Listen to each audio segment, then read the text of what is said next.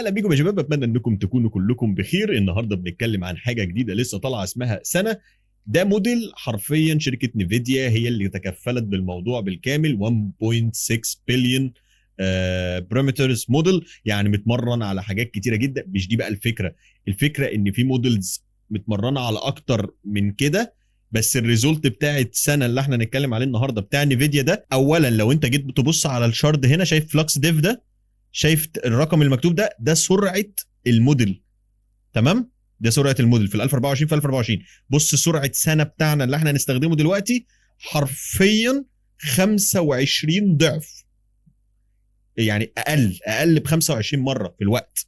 بص في ال 4K، في ال 4K ده واخد 1023، ده في 9.6. وهوريك دلوقتي الصور ال 4K لما نيجي نطلعها مع بعض، حاجه فوق الخيال. عشان ما اطولش عليك، يلا بينا.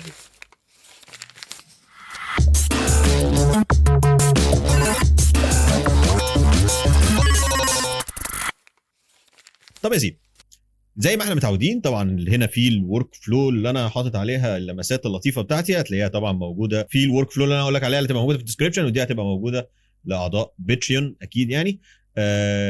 انما بالنسبه بقى احنا نبدا ازاي؟ بص يا سيدي، ده الويب سايت، هتلاقي اللينك موجود في الديسكربشن عندك. حلو، انت بتنزل تحت هنا كده لغايه لما تلاقي كونفي يو اي نود، تقوم جاي دايس على كلمه كونفي يو اي نود هنا. حلو، من كونفي يو اي نود دي لو نزلت تحت شويه هنا هتلاقي الورك فلو بتاعتهم ديت سمبل ورك فلو، تشتغل معاك تمام زي الفل، ما فيهاش اي مشاكل. حلو، وبعد ما تنزل السمبل ورك فلو ده هتحتاج بقى تعمل حاجتين، ركز معايا جدا بقى في اللي انا هقوله لك ده. اول حاجه في الديسكربشن هتلاقي عندك الموديل مساحته 6 جيجا. حلو، ده بالنسبه لاول حاجه. بالنسبه لتاني حاجه هتلاقي عندك حاجه اسمها في اي اي. الفي اي اي برضو دوت انت هتحمله. وبالنسبه هتحطهم فين؟ طبعا احنا عارفين الموضوع دوت، احنا بنحط الفي اي اي في فولدر الفي اي اي جوه موديل، وبنحط الموديل نفسه بنحطه جوه فولدر موديل جوه شيك بوينتس. جميل. لو انت حاسس ان الموضوع ده اوفر ويلمنج ولا حاجه، الكورس موجود تحت في الديسكربشن. الاربع فيديوهات اللي احنا عملناهم على اليوتيوب فيهم شرح مفصل عن كل حاجه الكونفي اي، لو انت عايز تستخدم كونفي اي، او لو انت عايز حاسس ان الموضوع صعب ولا حاجه، شوف الكورس دوت. اول درس فعلا فعلا فعلا هيسهل عليك الموضوع جدا. هتلاقي نفسك في اول في تاني في تالت في رابع مخلص الاربع دروس في 4 ساعات. هو كل درس فيهم ساعه، فيعني كورس 4 ساعات يخليك تعرف كونفي بالكامل. ما اعتقدش يعني في حاجه اسهل من كده يعني. طيب نرجع بقى تاني، عندنا هنا الكونفي. خلاص احنا نزلنا الورك فلو. اول لما بتنزل الورك فلو زي ما احنا متعودين بندوس على كلمه مانجر هنا ونستول ميسنج كاستوم نود. طبعا ما فيش كاستوم نود هنا ميسنج عندي، بس انت هتلاقي الاثنين هتعمل لهم داونلود.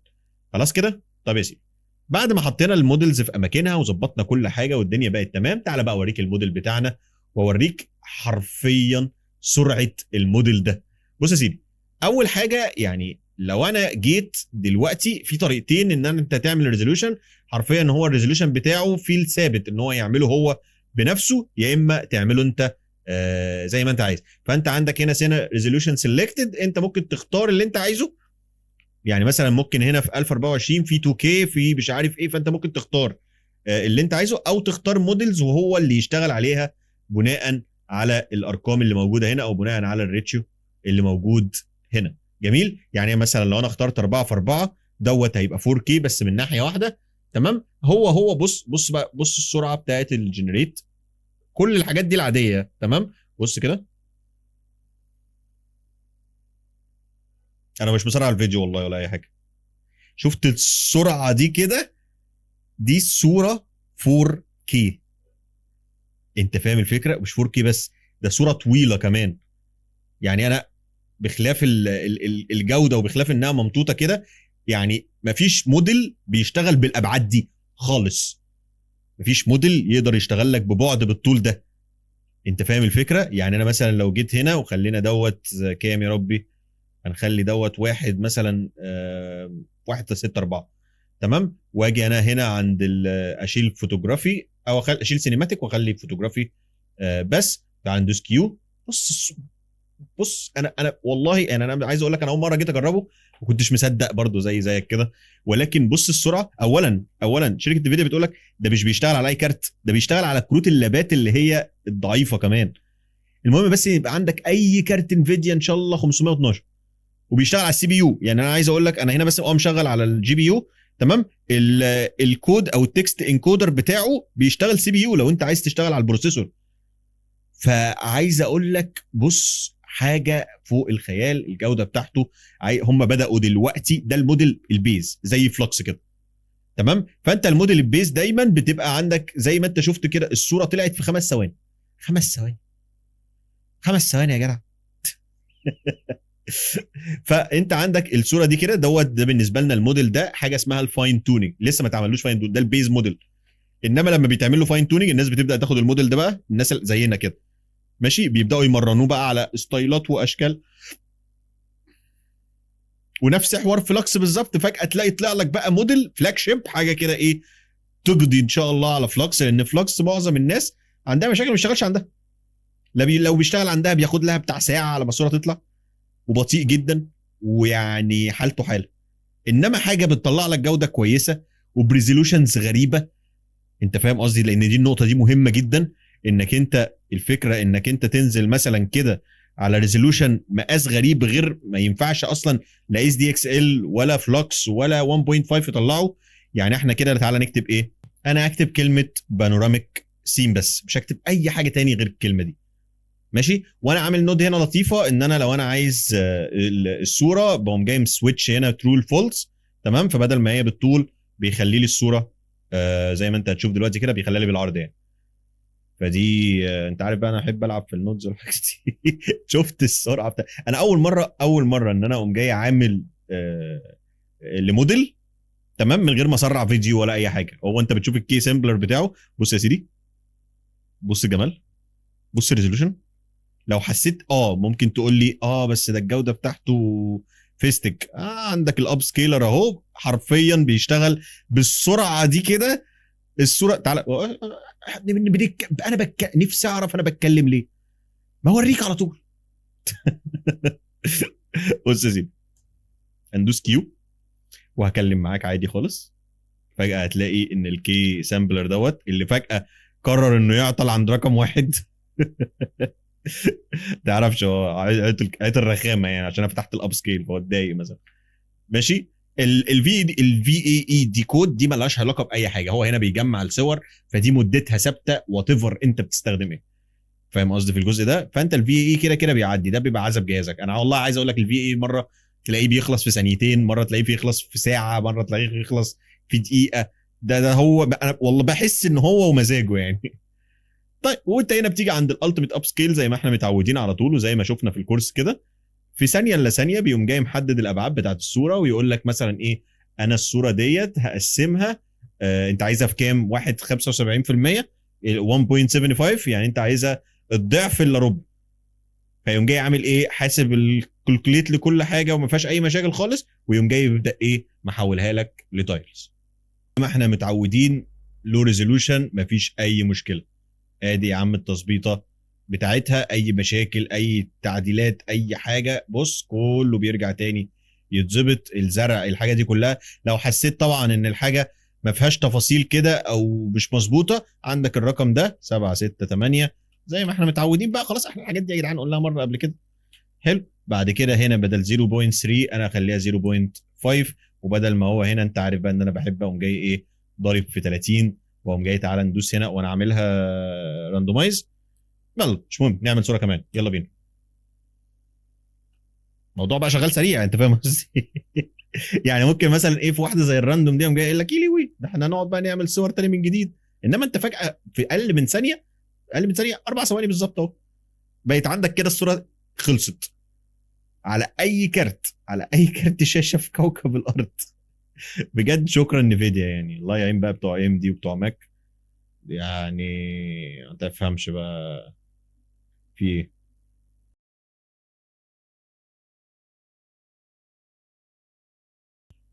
بص بقى الجوده والحلاوه. بص الصوره بص بص الابعاد بتاع الصوره دي. الصوره دي انت ممكن تعمل بيها بانوراما. ممكن لو انت شغال 3 دي تعمل بيها اتش دي ار اي. يعني انت وخيالك الكفرات بقى. وبص يعني انا مثلا واحد من الناس حاجه زي دي انا هستخدمها في ايه. اولا هبدا اعمل بيها تكتشر. التكتشر بتاعتها تحفه.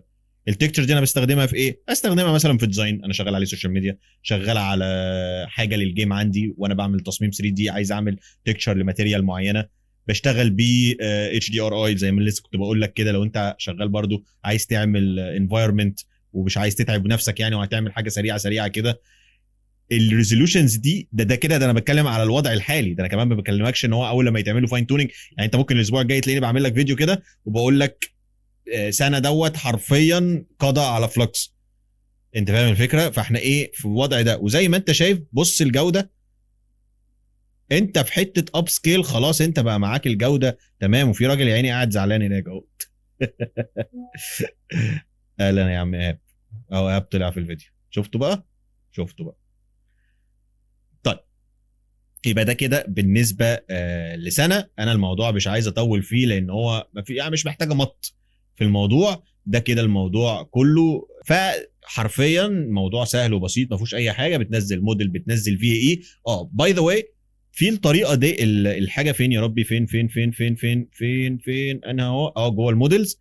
الجاما الجيما او الجيما لودر، هو الجيما لودر دوت، ده في منه كودا، ده الجي بي يو. السي بي يو ده السي بي يو البروسيسور. جميل. اول مره الموديل ده فين هو يا ربي؟ اهو اللارج موديل اللي هو الجاما ده بطريقه ما ده مساحته 2 جيجا، انما الفور بت ده مساحته 4 جيجا. انت الافضلهم هو ده اللي احنا شغال بيه دلوقتي ده، تمام؟ بس ده 4 جيجا وده 2 جيجا. فانت ايه انت بقى ومقارنتك؟ هو بيحملهم اول مره بتدوس كيو، يعني اول مره بتدوس كيو هو بيحمل اي واحد من دول، بخلاف الموديل انت كده كده اوريدي حملته من اللينكات اللي انا اديتها لك، هو والفي اي. فين الفي اي يا ربي؟ اهو. جميل. وادي السيتنج اهي مقرب لك، بس كده كده الورك فلو اللي انت بتنزلها كل حاجه والسيتنج متظبطه فيها، ما فيهاش ايه اي مشاكل. تمام. فبالنسبه بقى لباتريون، بحب اشكر مستر بروفيسور اكس ومنتورشيب على عضويتهم الجديده، منورين والله باتريون. وبشكر طبعا كل الاعضاء اللي مشاركين معايا وبيدعموني، حرفيا بجد تسلم ليكم. من غيركم انا فعلا ما كنتش اقدر اكمل وانزل فيديوهات بكل حريه كده وكل جديد. فده بالنسبه لباتريون. وطبعا لو في ناس جديده زي ما انت عارف، هنا في الباتريون تقدر حرفيا تدخل هتلاقي الكورسات الماتيريال بتاعتها، هتلاقي ورك فلو شغالين عليها كويسه حلوه هتفيدك، وهتلاقي حاجات لل 3 دي ولل 2 دي، حاجات للسوشيال ميديا، وحاجات ورك فلو سبيشال للناس اللي موجودين في الممبرشيب. طبعا عندك في الكوميونتي هنا، احنا كنا لسه بنتكلم في الموضوع دوت، احنا منزلين شات هنا للورا. هتلاقي في الشات بتاع اللورا ديت كل حد بيعمل لورا جديده بينزلها. يعني لسه احمد جي بي تي منزل لورا لستايل معماري، انا كنت منزل اللورا بتاعت محمد رمضان واللورا بتاعت كريم عبد العزيز. وفي هنا منتورشيب ربنا برضو يكرمه منزل لورا لمحمد صلاح. اللي ما يعرفش طبعا اللورا بقى، انت شفت الكورسات، انا مش عايز اقعد اعيد في الموضوع وازيد يعني.